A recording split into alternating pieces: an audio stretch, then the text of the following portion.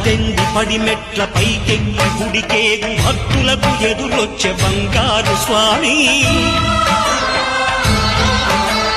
ఇరుముడులు స్పృశించి శుభమును చుదీవించి జన బృందముల చేరే జగమేలు స్వామి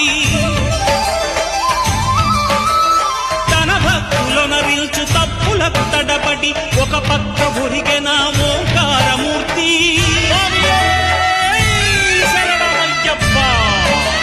స్వాములందరూ తనకు సాయము కాగా ధీమంతుడై లేచే ఆ కన్య స్వామి